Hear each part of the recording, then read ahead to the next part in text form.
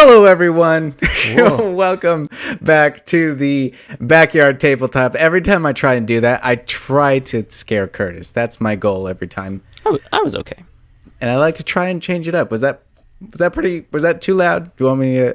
I'll bring it down maybe a little bit next week. But I'm excited. I'm excited about this one, Kurtis. I'm just ready to go. Because, one, we have like 5 episodes up on the interwebs ish at this point. I think it's 5. When this one comes out, it'll probably be 5 or 6. But at this point in time, we have we are really on top of our numbers here. It gets a little bit tricky when we're recording more than, like, in my backlog I have more, but then actually posted a certain amount, and then we're recording more, so it's a little bit tricky. Yep. Yeah. Once we're millionaires and I have 7 editors, I'll definitely have my numbers down. But till then, we're just gonna have to be all jumbled. Yeah, it's just how it goes. Yeah. This is how it goes. We kind of have our format. We learned how to talk to each other in podcast form, and we're going to continue learning how to do that, particularly over the internet, because this is a new thing for us. But moving forward, I think what we're going to do is be talking about our weekly games that we run, because it's just fun stories that we do. Not necessarily that we run, but also ones that we play in as well. Yep. Yes. Ones that we are in. Games we play. That's a very good one. Soon it'll probably be maybe weekly games that we run.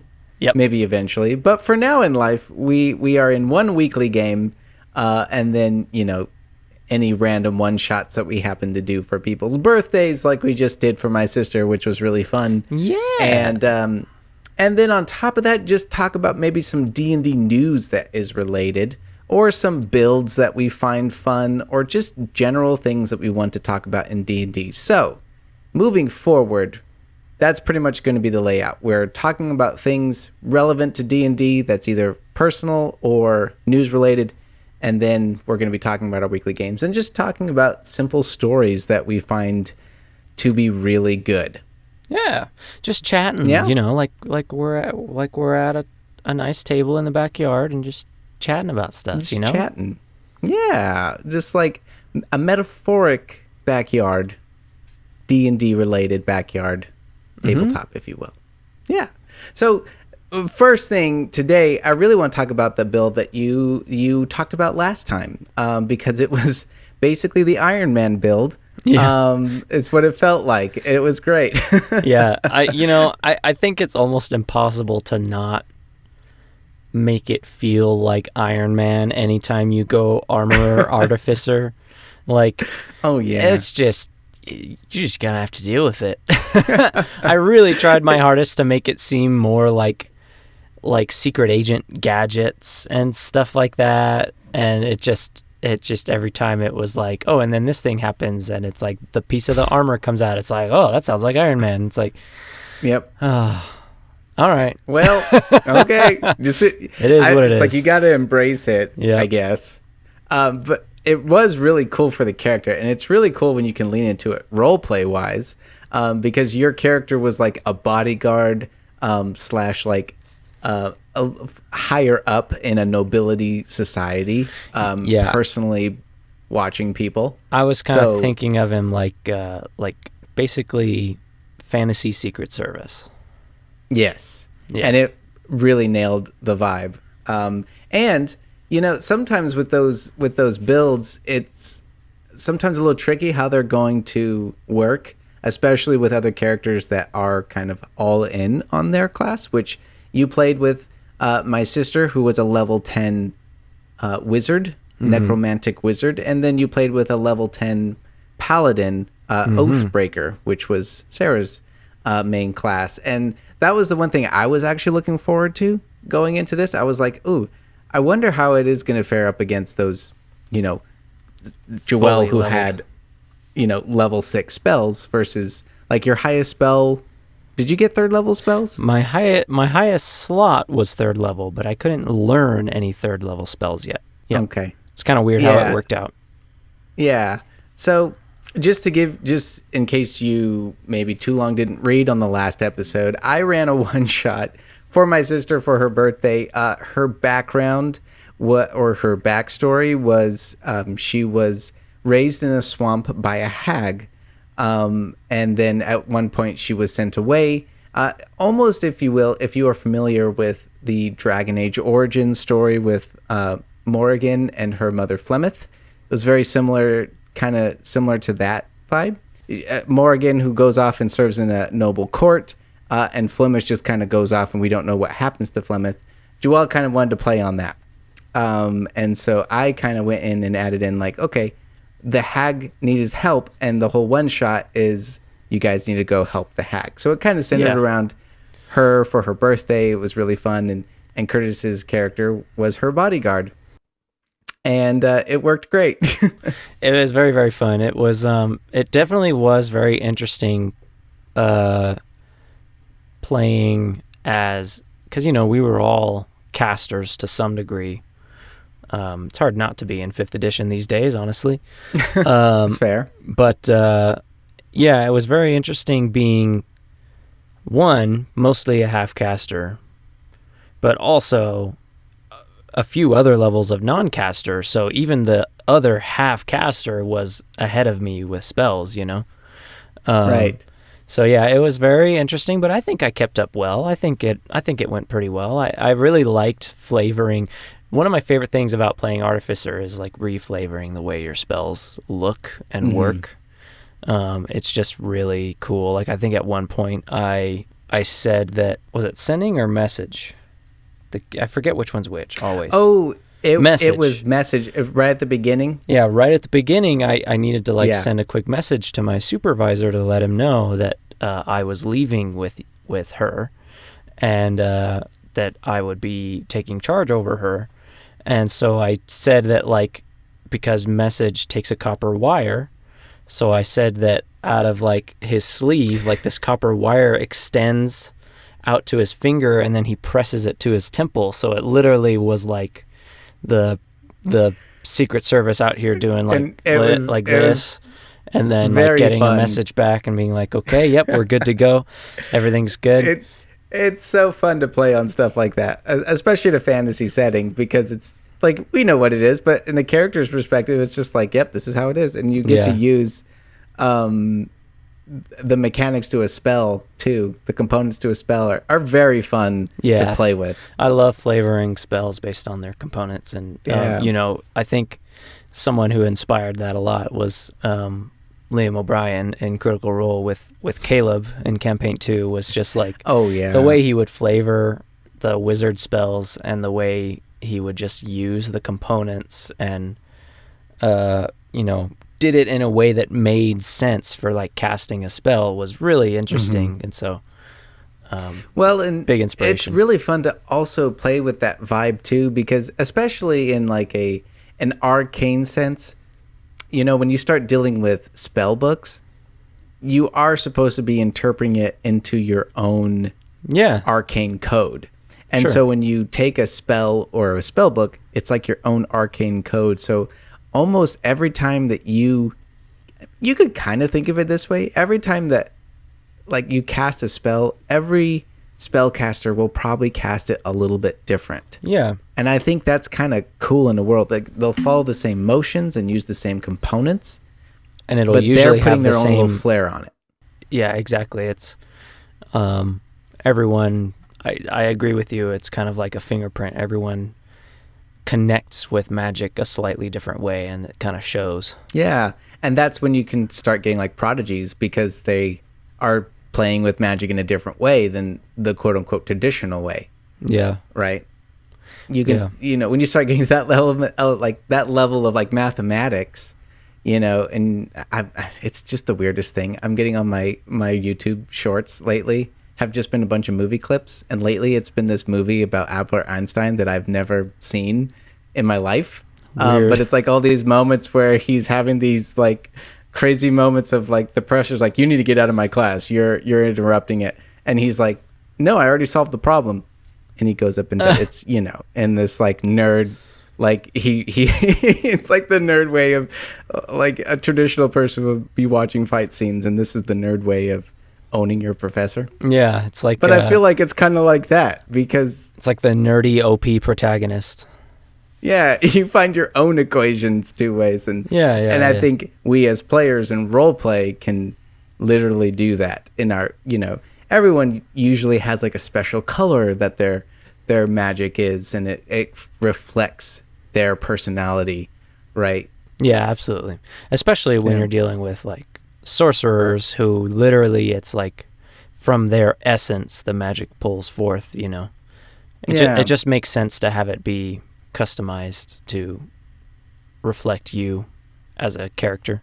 Well, do you want to talk a little bit about that build again to reiterate? Yeah, sure. And what did you think? Because I remember it was from a content creator out there. Yeah, so it was from the D4 Network, D&D Deep Dive. So it starts as a first level fighter, and then you take 5 levels of artificer, and then you take a second level of fighter, and then you take 2 levels of cleric, and then after that you're just rogue all the way until you hit 20th level. Basically the whole reason you take fighter 2 is so that you can get you start with fighter so that you can get some heavy armor and a fighting style, and then fighter level 2 is for action surge, which is incredibly useful when you're trying to do a large amount of damage in one go. Yeah, because you can basically do your whole turn of damage twice. And then Artificer 5, you go all the way to 5 to get extra attack. And you pick Armorer because it gives you all sorts of really cool bonuses. And the main reason you pick Armorer is because in the stealth armored style, you get ranged lightning launchers that do lightning damage. But they still use your dexterity, which is important. And that was the thing that really felt Iron Man-y, in my opinion. Yeah, I mean, it literally is like his repulsors, like... Yeah, it's crazy. And with the cleric build, you took Tempest, so you can maximize the damage. Yeah. Yes, yeah. So you take Tempest Cleric mostly just so that you can use the Tempest Cleric ability to once with using your not Divine Intervention. What's the other one? Oh, Channel Divinity. Channel Divinity, yes. Using your Channel Divinity, you can cause all lightning or thunder damage you do in one turn to be maximized so that it does the max damage possible. And then you just start taking rogue to get better with skills and get sneak attack. So kind of the idea is to just be this kind of like his whole thought on the build was making a secret agent basically in D&D. And it worked so well. It was such a fun vibe, and I can only imagine how difficult that something like that would be in an actual game. Oh yeah. Because I feel like, especially when you're taking more than 2 classes, it's going to be a while till it really feel like it comes online. Oh yeah. And luckily, this was at level 10, so it was kind of like right at the sweet spot. It was almost perfect because 10th level is when you start taking rogue and your first amount of sneak attack comes online. And so that's like, okay, you've got all your classes done, and now you're just continuing on rogue. And so it was kind of the perfect level to be like, we're going to play at this level, and I would still get to feel the full effect of the class all coming together. It was really fun. This is kind of a funny way to describe it, but it really kind of did feel a little bit Star Wars-y in a sense, because Jewel's character was like a sage all about the magic and stuff, and she's the one that teleported you guys there and got you there. And then Sarah was kind of the tank, like Jedi in a sense, who had the sword and she could smite things.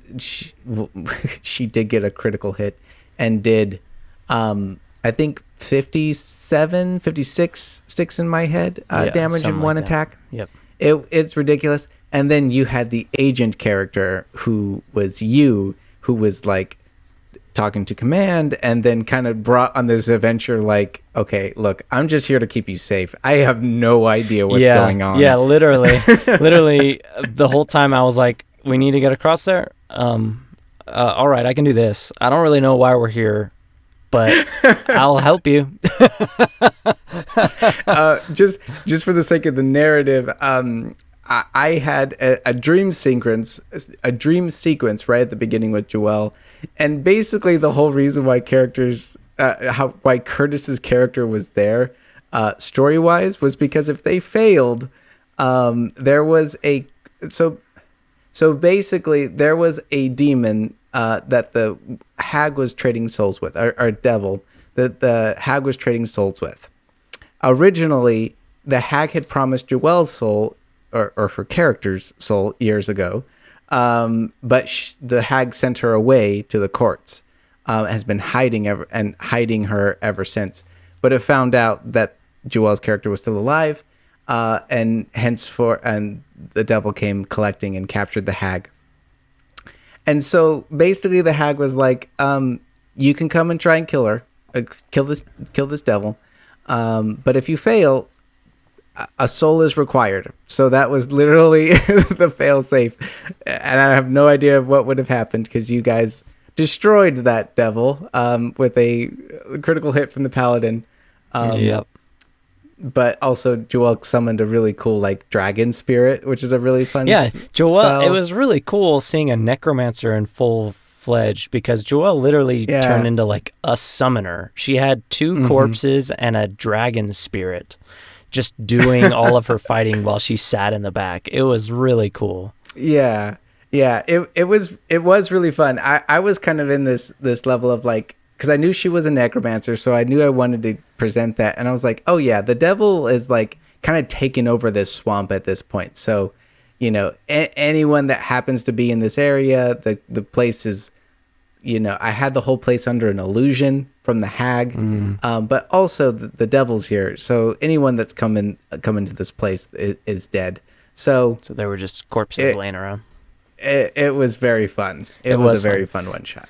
Yeah. So I think I did the calculation after, and basically, if I did completely average damage on a Nova round, which would include 2 attacks with my lightning things, plus a bonus action attack with a hand crossbow, and if I action surged and got sneak attack, and then maximized it all with my cleric ability, my average damage. So that means that the D6 I'm doing with my crossbow is averaged. My average damage would be 69 damage in one turn at level 10. With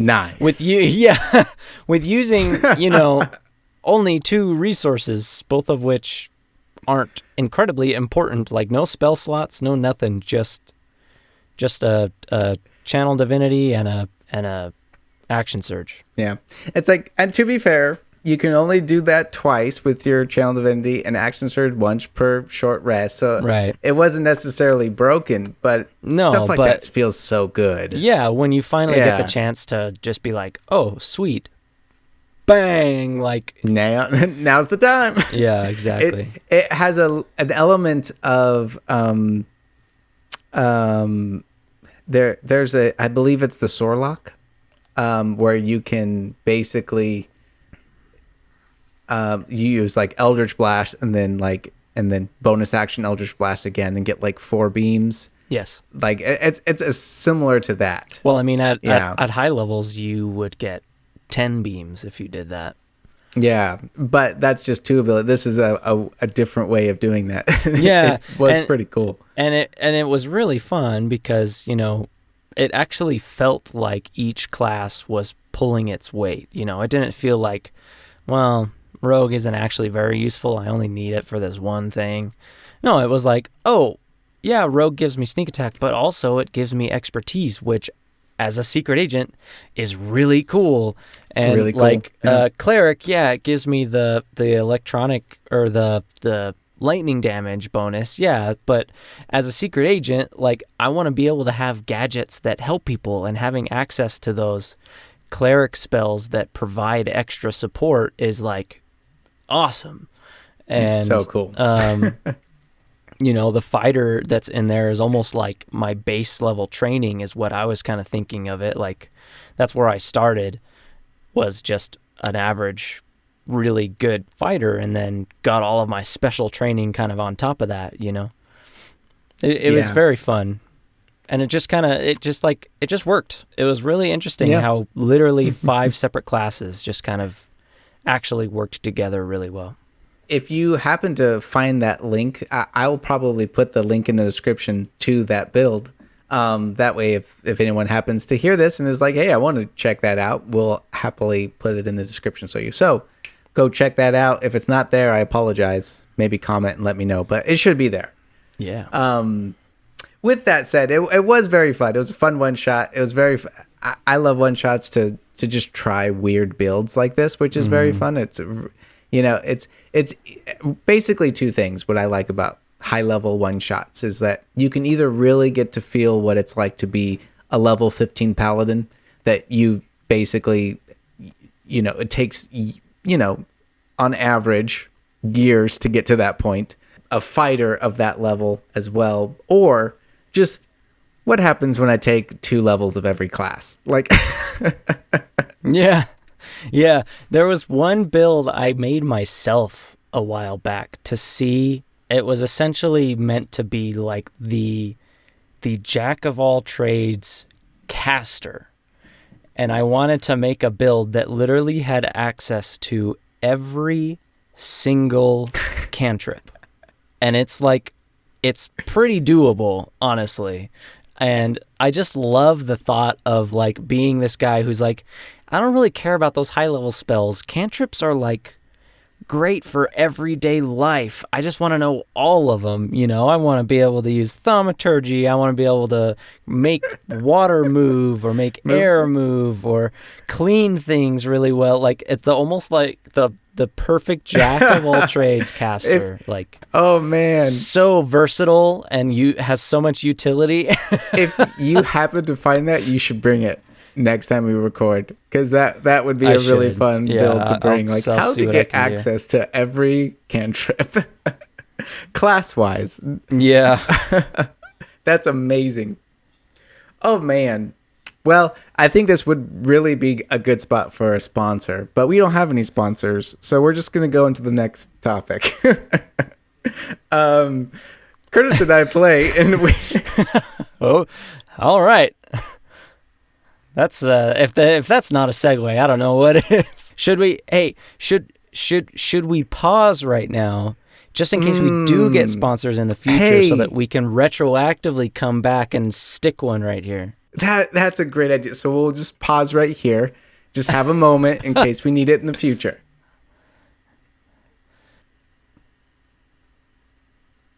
Well, definitely check out that sponsorship. Anyway, back to the podcast. So stupid. So stupid. I've been playing in a weekly Saturday morning game, and it has been really fun. We have talked about these games on the podcast before. It is run by a great dungeon master. He lives in India, and he loves Pathfinder. It is quite literally, he is the person that you could talk probably for a good 4 or 5 hours on Pathfinder lore, and because he knows a lot of it, and he literally reads the Pathfinder modules for fun. Yeah, he reads them like just novels. It is hilarious to me, and it's inspiring to me how much he just loves it. It's really fun to just talk to him about it.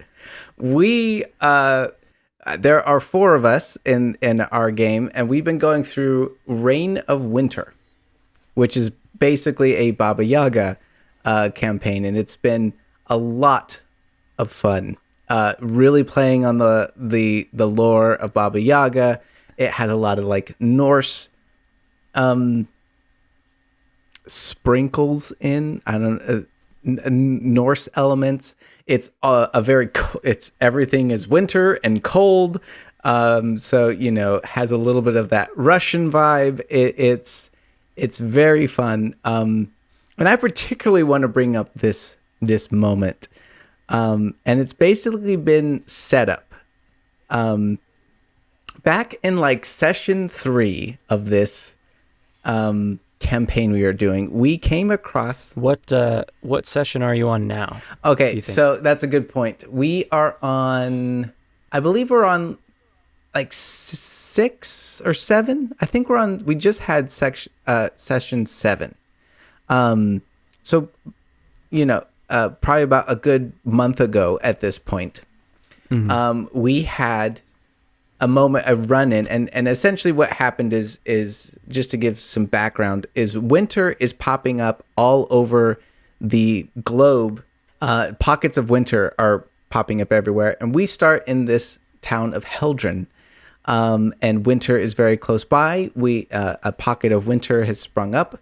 It's coming close to town, and there's also been a missing noblewoman, and us adventurers meet, and we're going to go see if we can rescue the noblewoman and see what's going on with all the winter.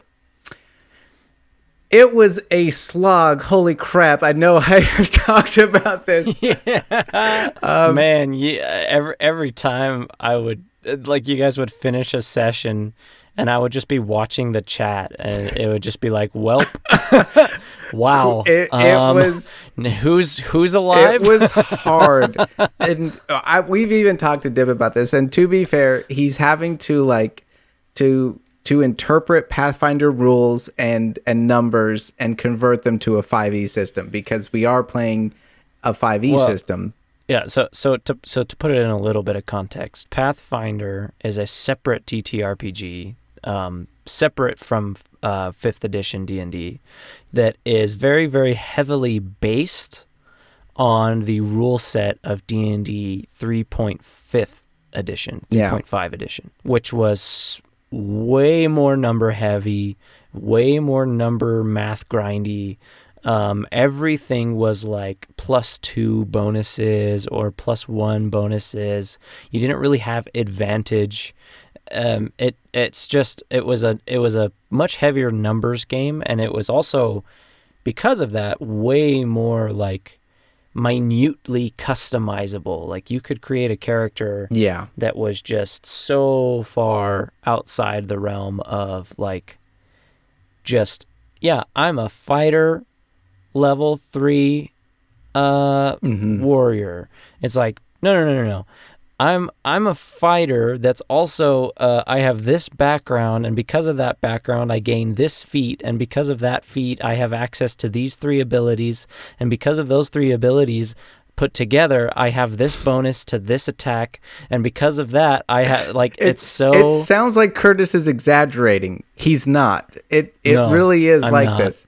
And, and some people love that, and it's great. Yeah, and if it's your thing, by all means, it's not necessarily something for the faint of heart. But if you are a numbers person, and that's just how your mind thinks, you could totally jump into it. But transitioning monsters and creatures and NPCs who are made for that kind of system into 5th edition, which is much more simplified and less deadly, it's a task. It really is. And so, he's now been doing it for a few years now, so he's getting better, for sure. And he's kind of developed his system. And in fact, I think we're going to talk about how exactly he does that. So in the future episode, I might be able to talk a little bit more about that. But it was a slog. It's like, it was also, I think, a good way. I mean, I think it was a little bit necessary. I think it was a little bit on the deadly side versus the hard side. So it was like, we got to the point of just being very like, oh my gosh, what is happening? Like, my character right off the bat, like from a trap, gets knocked to 0 hit points. We have to go back to town. We have to spend the night there and come back out. And we basically push. It's cold, so it's like we're making con saves for frostbite, et cetera, et cetera. So it really has been a slog. And some modules are just meant to feel like that. Yeah.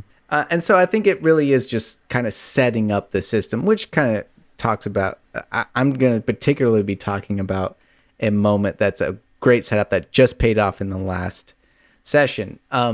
So I now that I'm talking about it, I think that's what it probably was, is really setting us up for, you guys are going to be in for a heck of an adventure that's going to happen. We get to a point where we're getting very close to the center of what we believe is the center of this winter pocket, when we come across a hut with chicken legs and a very creepy doll sitting on the porch of this small hut. And if any of you know Baba Yaga lore, that sounds very similar to her hut. Now, in Pathfinder, it is a little bit different. So I'm going to space on the names right now because there's names for all these places. But essentially, in this far, far north place, there are sentries that are essentially Baba Yaga's hut, because Baba Yaga has made this continent centuries ago. And so it's kind of like a mirror of all these different legends of her. So her traditional hut were basically converted into these sentries. And so there's a bunch of them all around, but none of our characters have ever heard of that. And there is a doll in each of those huts, and they're all theorized to contain the soul of a young child girl. So we come up to this hut, and it is a haunting in Pathfinder, which you might be a little bit similar to a haunting. In Pathfinder, there are haunting, which are basically encounters, but they're not necessarily for combat.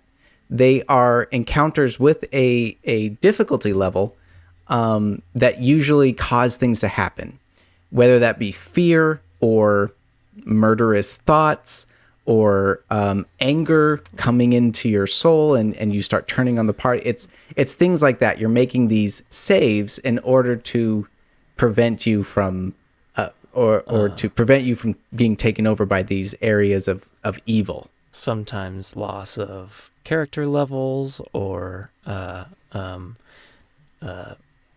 ability score points or even stuff like that. And so it's a different style of combat, and they can be really fun. Some might find them a little bit tedious, but it does kind of bring this element of like different eeriness. And we wound up seeing a ghost of a young girl. We didn't realize it was a ghost. We didn't find that out till later because she disappeared on us. We wound up rushing the hut, destroying the doll, and basically setting fire to the hut because it was a very intense moment. And we were kind of like, this is evil. We need to destroy it. And there was some debating going on. Obviously, it didn't happen that quick. And we explored the hut. That was about 3 or 4 sessions ago. Fast forward to now, we have reached to the center of the winter pocket. There was a black rider that came out of a portal that was there. And that's part of the story, because there are 3 horsemen that usher in the return of Baba Yaga every 100 years. This is the normal thing at the start of this adventure, that these riders have not shown up. We find the Black Rider. He charges us with ushering in Baba Yaga. She has apparently been captured, and we have to go free her. We go through the portal, and the first group we meet is a group of people that are northerners that are from this place, and they are fighting a giant, huge praying mantis. And it's just a really cool image. He posted the picture of it. It's like this bright green praying mantis, huge, and this like paradise of winter all around, and these desolate, these like Viking looking people rushing in to like attacking it. It was really fun. We help these people, and we befriend the leader of that group, Nadia. Are you with me so far? Is this? I'm with you so far. So you burned down a hut with a creepy doll where you got haunted. You went through a portal where a Black Rider told you that now you have to bring in Baba Yaga, his return, and then you went through that portal and helped a bunch of Northerners fight a praying mantis, and that made Nadia like you because she's the leader of those people. Yes, exactly. Thank you. That was a summarize. Maybe I'll just put a timestamp up on screen and just be like, if you don't like Jake explaining this, jump to this timestamp. TLDR, go here. Oh, that's perfect. Yeah, so we befriend Nadia. She takes us back to the village, which eerily looks like a mirror of Heldren, the place that we were all met at. Very, very trippy, very eerie. And it was just like, us as players were just like, what the heck is going on? Well, we befriend Nadia. She has a family, 2 sons that we meet. She takes us back to her home. And through the course of this session, we're kind of exploring the town, but also trying to keep a low profile. But everyone in the town isn't treating us very well. They're viewing us as outsiders, but Nadia is being very kind to us. And it's almost a little bit off-putting. And even like from Jake's perspective and from my character's perspective, I was kind of like, that doesn't feel right. Nadia's like a survivalist. She's a leader. And why is she suddenly being nice to these outsiders where everyone else in this town doesn't necessarily like us? Well, we wound up learning a little bit more about her and why she was on the journey that we rescued her. She had supplies that were apparently very important to her.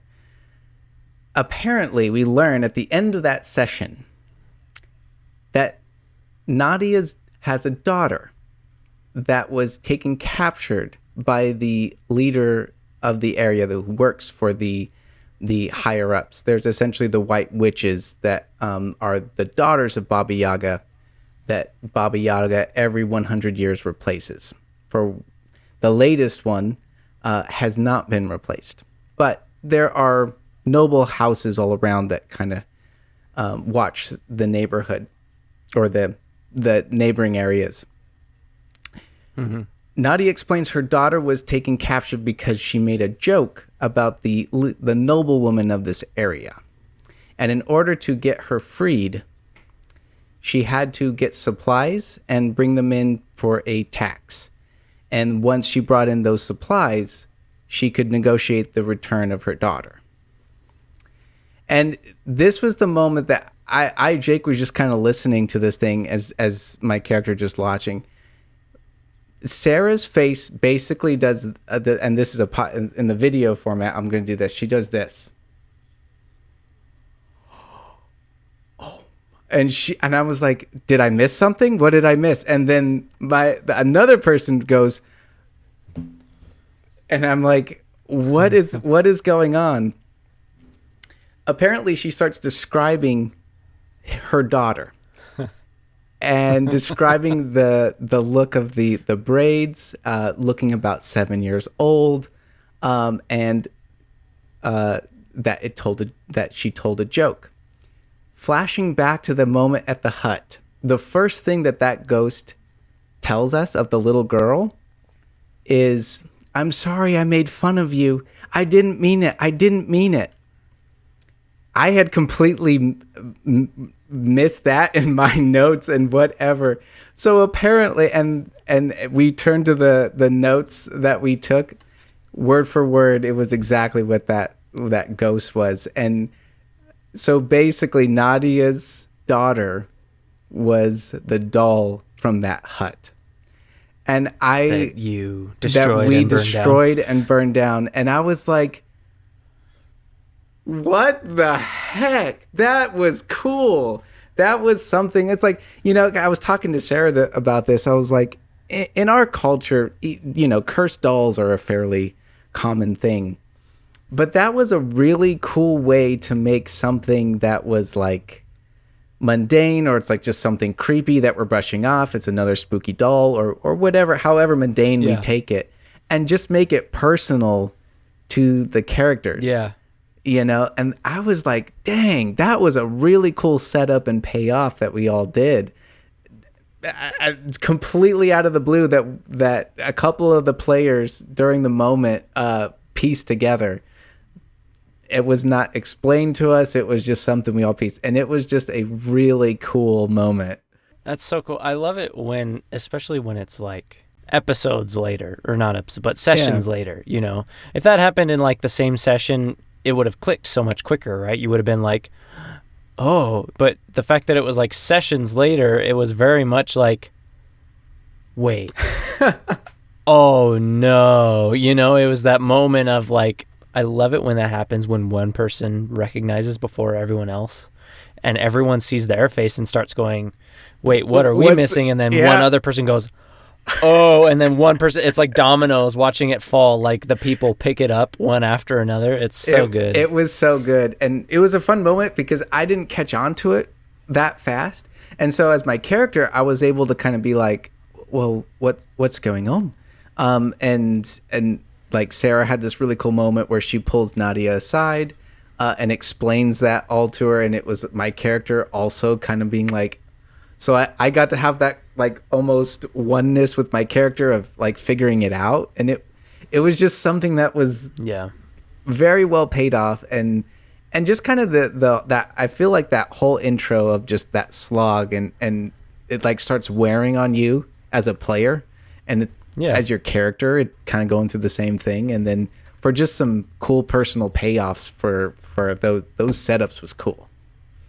So that's awesome. Well, that was my story, and we'll be bringing more up. Kurtis had a crazy moment this past Friday. Speaking of setups and payoffs, great. Talk about the biggest payoff of all, the final boss fight in a years-long campaign.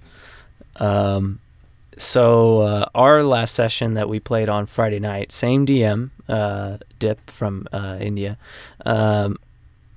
has been taking us through a campaign called Rise of the Rune Lords, which is a very, very, very famous Pathfinder campaign path. I think it's rated number 1 on most things for Pathfinder. Yeah.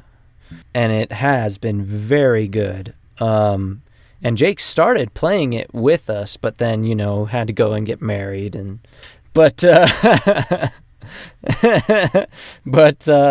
No, so I mean, this is the first time I've run through a campaign, 1 that's this long, 2 that went to this high of a level, and 3 that actually has like come to a full fruited conclusion. Yes. You know what I mean? So it's been incredibly satisfying, and man, that fight was insane. So essentially, so I'm going to put this pretty quickly because superior details are not necessarily needed. And this is also a years-long campaign, so it would be really hard to explain it all. So I play a character named Ko, and he is a Air Genasi monk first and rogue secondary. He's 14 levels of monk and 3 levels of rogue, so we hit 17th level in this campaign. And it's been really fun playing this character because I've been playing him as like the wise, almost like voice of reason in the party. It's been really cool, but we can talk about the characters later. Yeah. We have been basically going through this whole campaign trying to find the source of these like risings of this ancient society or kingdom that was like 10,000 years old and is all ruins now, but we see these ruins everywhere. And we found out that one of the leaders of this mage-ruled society was coming back. He had figured out a way to cheat death and was slightly off on his calculations, though, and got stuck in this stasis for way longer than he was meant to. But he's this incredibly powerful wizard who is just entirely focused on the school of transmutation, right? Transmutation. Yes, it's all based on. So this old society was almost based on like the 7 sins, and he was the leader of greed. And so transmutation is turning lead to gold. What better thing for greed to be the leader of? Each magic school basically had a sin attributed to it. Like enchantment was lust, evocation rage or wrath, things like that. Yeah. Mm-hmm. So he was the leader of greed, and his name is Karzug, which is a really cool name, by the way. So we basically fought through this huge tower that was at the pinnacle of basically the highest mountain in this land, in this mountain range. And it was called the Pinnacle of Avarice, which is also a great name. Tons of great names in this book. Pathfinder's really good at naming things, I have to admit. Oh, yeah. Yeah, absolutely.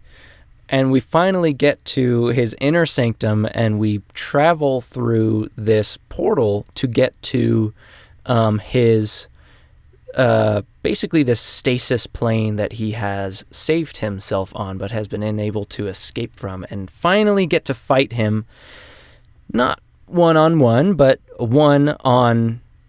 Well, I guess it was pretty even. But we had an angel friend on our side who had been summoned to this tower to do their dirty work. But we saved her from their control and brought her with us. And then so we got into this place, and inside of this place... Just a little side note. I love the fact when you start getting to like level 14, 15, 16, that's when you start dealing with like angels trapped in places, and you free them, and now they're going to come along with you. It's just... Yeah, don't get me wrong. I'm really glad we saved this angel, because literally all of us fighting it by itself, it probably would have killed two of us. Oh my God. This guy was strong. Gal, I should say. But in any case, we finally get into this inner sanctum, and it's Karzug there, and he's flying like 50, 60 feet in the air. His face is like coated in jewels that are like embedded in his skin and his hands, because he's like all based in greed. He's got these flowing green robes, this terrible mean look on his face, and he is flanked on one side by a blue dragon and on the other side by what's known as a rune giant in Pathfinder. Right.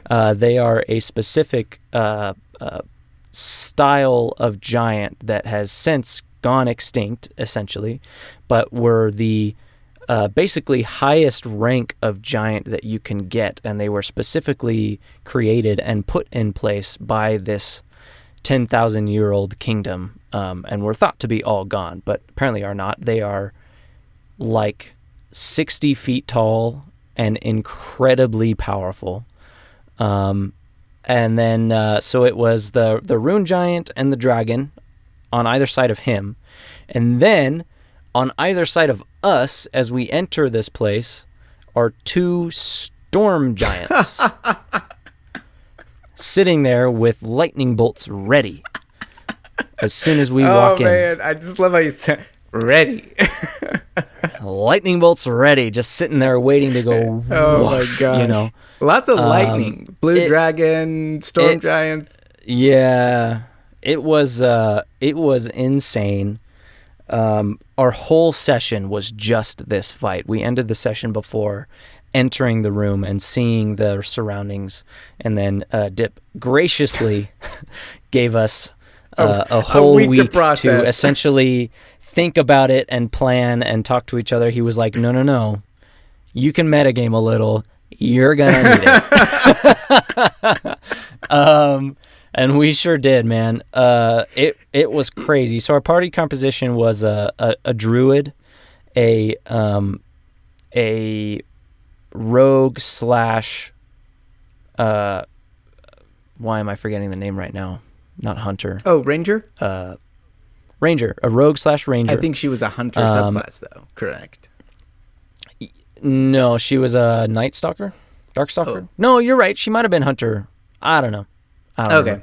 Anyway, sorcerer, warlock kind of mix build, along with our angel friend. Jesus. And so, we had our healer, we had the druid. We had our druid healer. The angel could do a little bit of healing and hit really hard. The rogue was really good at doing ranged tons of damage in one round with her sneak attack and everything. And she had a special bow that did specifically extra damage to Karzug. And then there was me who would basically run around and punch things and try to stun them. But I also had these really cool gauntlets that gave me a 15-foot reach. Oh, nice. Punching force pulses at people, basically, that I was able to make with dip. Those were really cool. Nice. So a homebrew magic item then? Kind of. It was basically taking the Eldritch Claw tattoo magic item and turning it into a physical item. Gotcha. That could be used like once a day and had slightly different effects. But so essentially the whole fight was just like literally right off the bat, he casts Meteor Swarm. He's got multiple 9th level spells. There's a lair action. He has legendary actions. The dragon has legendary actions. These are 2 people in one fight gosh. With legendary that actions is rad. Against us. Oh man. And lair actions. So literally every round we were getting so our saving grace was that our rogue ranger had one more arrow of dragon slaying left. Oh, nice. Which does an extra 8d6 damage or 6d8 damage if you hit a dragon with it. And we luckily killed the dragon in the first round. Oh my god. Because we all just were like, that's going to be bad because it's going to fly around everywhere. Let's take it out right now. So the angel went and slashed it a bunch. I didn't even get to it. I think it was dead by my turn. Oh my gosh. That's pretty cool. The angel plus our sorcerer plus our rogue ranger all focused this thing and killed it right away. Luckily, it didn't have a ton of health. So it was probably like an adult dragon. It wasn't really an ancient or anything. He said it was somewhere between young and adult. Okay. It wasn't quite adult. Okay. In health. Gotcha.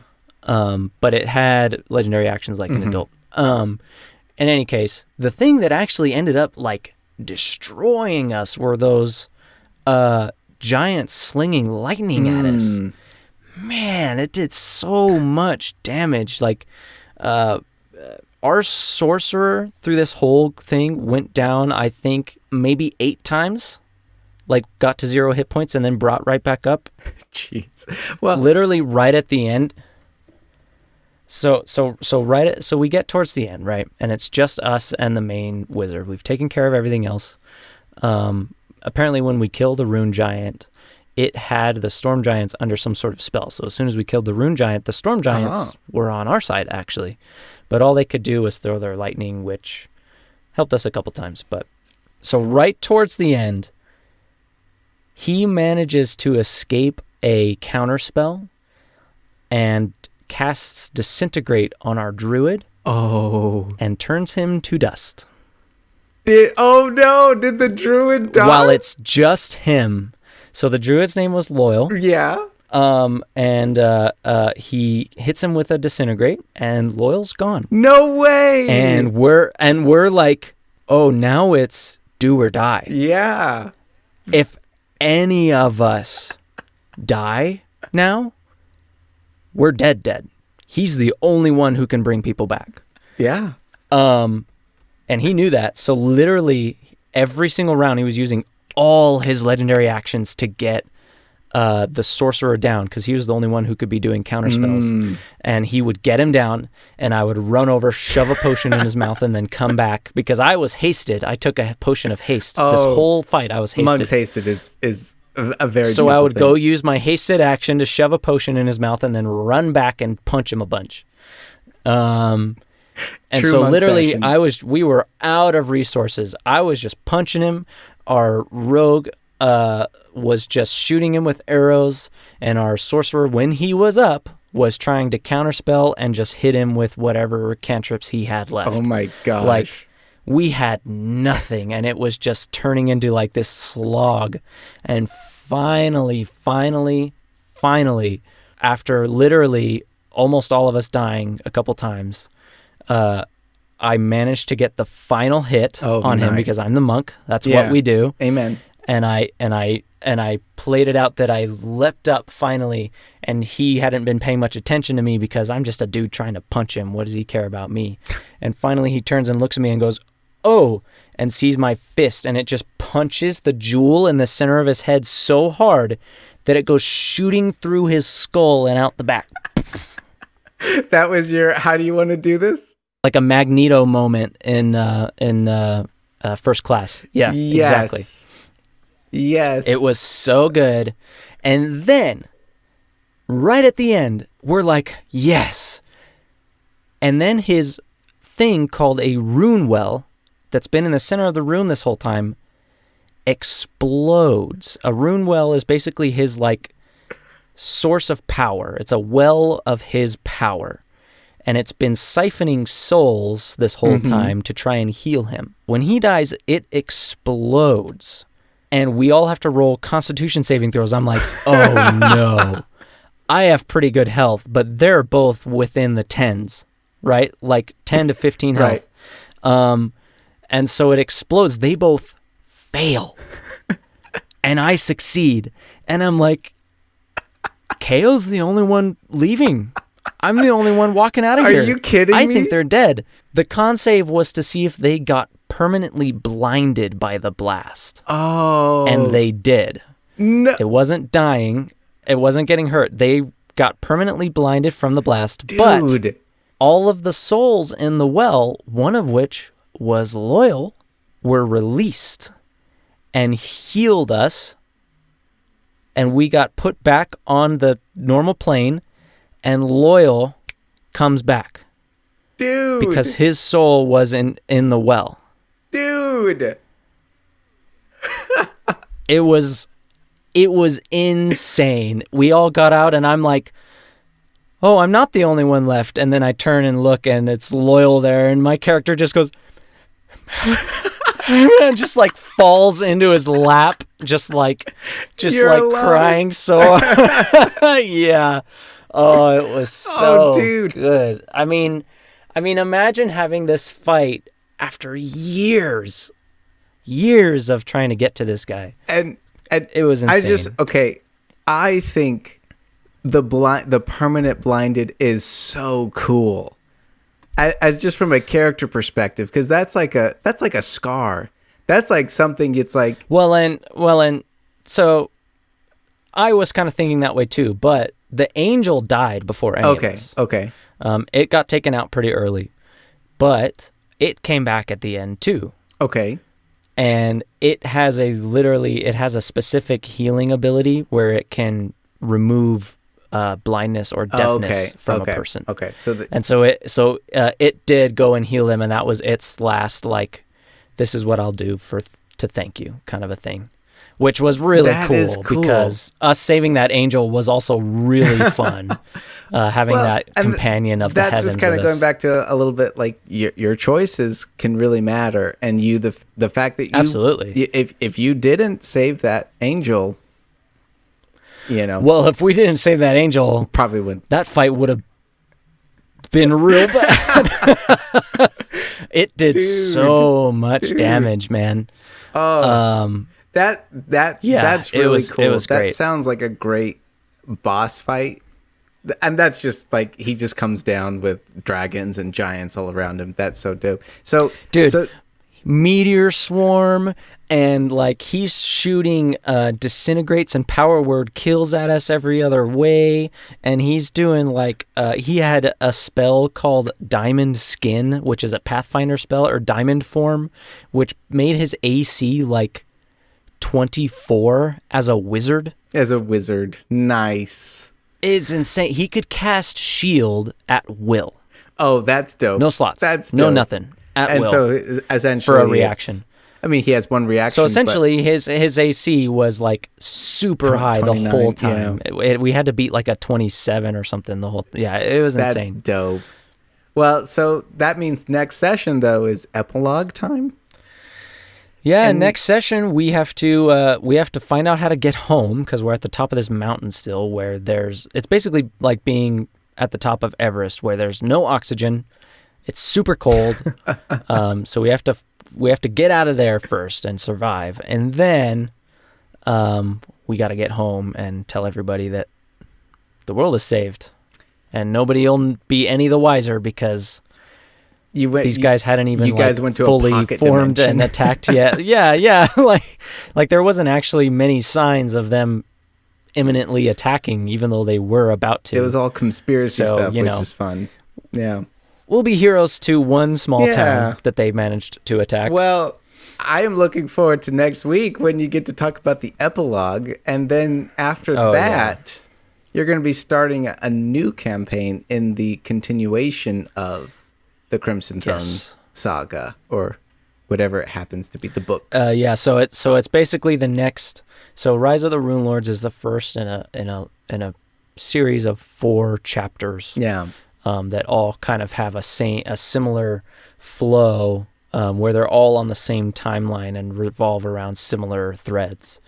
So new characters, but another level 1 to 17 campaign. And I have it on good resources. You are about to go into Dip's favorite module, reading wise. Yes, this is his favorite. Yeah. And I'm playing a fighter wizard, so that'll be very fun.